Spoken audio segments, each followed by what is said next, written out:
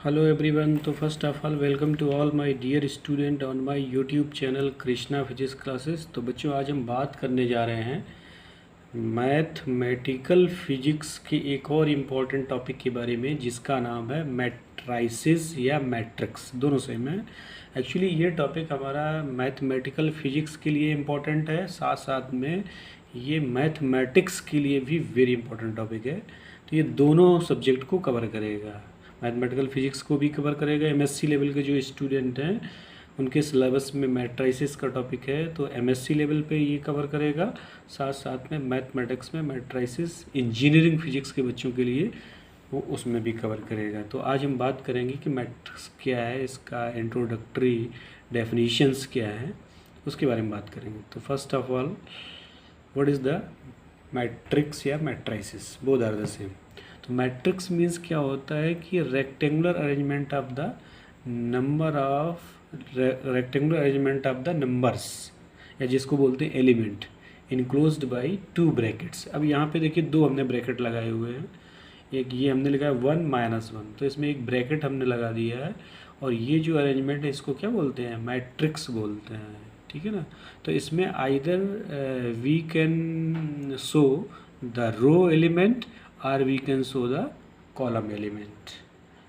या तो रो में दिखा सकते हैं या कॉलम में दिखा सकते हैं। उसको क्या बोलते हैं? मैट्रिक्स बोलते हैं। ठीक है ना।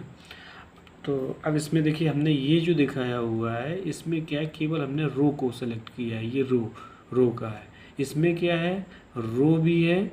इसमें रो 2 रो हैं, 2 रो हैं और 2 कॉलम है। तो ये हमारा 2x2 ऑर्डर का मैट्रिक्स है। 2x2 ऑर्डर का मैट्रिक्स है। इसी तरीके से इसमें देखिए ABCD लिखा हुआ है, तो इसको क्या बोलते हैं? This is known as a first column and this is known as a second column, this is known as a first row and this is known as a second row. तो मतलब कोई भी मैट्रिक्स जो होता है उसमें एक आपका मतलब नंबर ऑफ रो हो सकती हैं या नंबर ऑफ कॉलम हो सकते हैं। ठीक। अब आगे देखिए इसको हम कैसे मैट्रिक्स को एक्सप्लेन करेंगे AIJ के केस में। यहाँ पर हमने AIJ लिए हुए, AIJ का मतलब है नंबर्स लिए हुए हैं। I की वैल्यू 1 to M हो सकती है और J की वैल्यू 1 to N हो सकती है।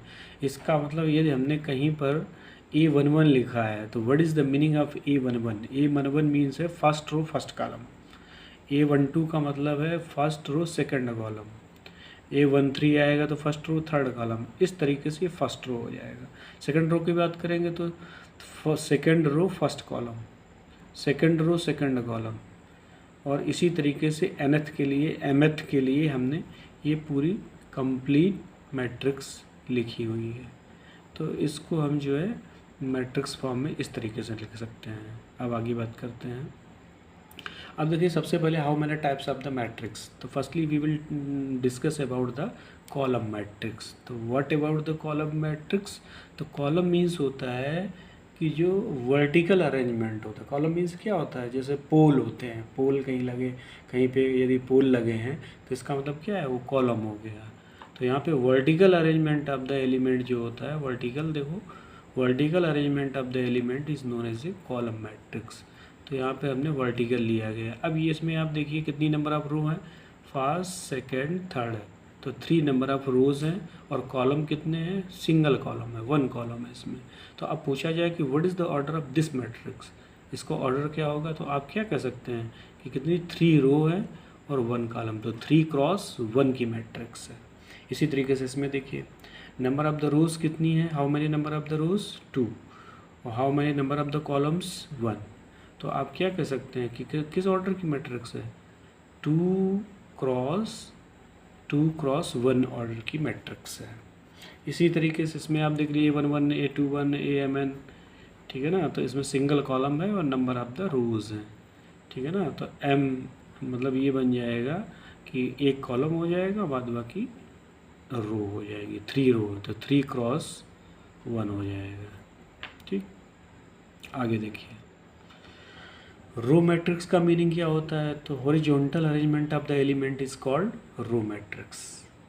हॉरिजॉन्टल अरेंजमेंट में देखिए हमने लिखा है 1 1 6, तो एक पूरी रो है और ये हॉरिजॉन्टल है, तो इसको क्या बोलते हैं? रो मैट्रिक्स बोलते हैं। इसी तरीके से हमने दूसरा लिखा है 0 3 5 2, ये भी आपकी हॉरिजॉन्टल मैट्रिक्स है। अब देखिए इसमें कितनी नंबर ऑफ रो है और कितने कॉलम्स हैं। तो अब रो की बात करेंगे तो सिंगल रो है, इसमें रो सिंगल है। कॉलम कितने हैं 1 2 3 4। तो अब 4 इसमें कॉलम हो गए, तो मैट्रिक्स क्या हो जाएगी 1x4 का ऑर्डर होगा, 1x4 का ऑर्डर होगा।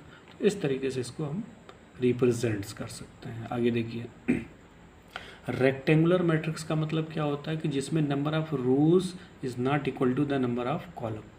ऐसी मैट्रिक्स जिसमें नंबर ऑफ रोज और नंबर ऑफ कॉलम इक्वल नहीं होते हैं, ऐसी मैट्रिक्स को बोलते हैं रेक्टेंगुलर मैट्रिक्स। अब आप इसमें देखिएगा जैसे फर्स्ट रो कितनी है, फर्स्ट सेकेंड थर्ड फोर्थ, 4 रो हैं और 2 कॉलम हैं, तो 4x2 की मैट्रिक्स है। तो इसमें number of row is not equal to the number of the column, that's why we can say this is known as a rectangular matrix. अब ये देखिए इसमें आप देखिएगा ये फर्स्ट रो है, ये सेकंड रो है, तो कितनी रो है, how many number of the rows, 2 rows हैं और कॉलम्स कितने हैं इसमें 1 2 3 4 5 कॉलम्स हैं।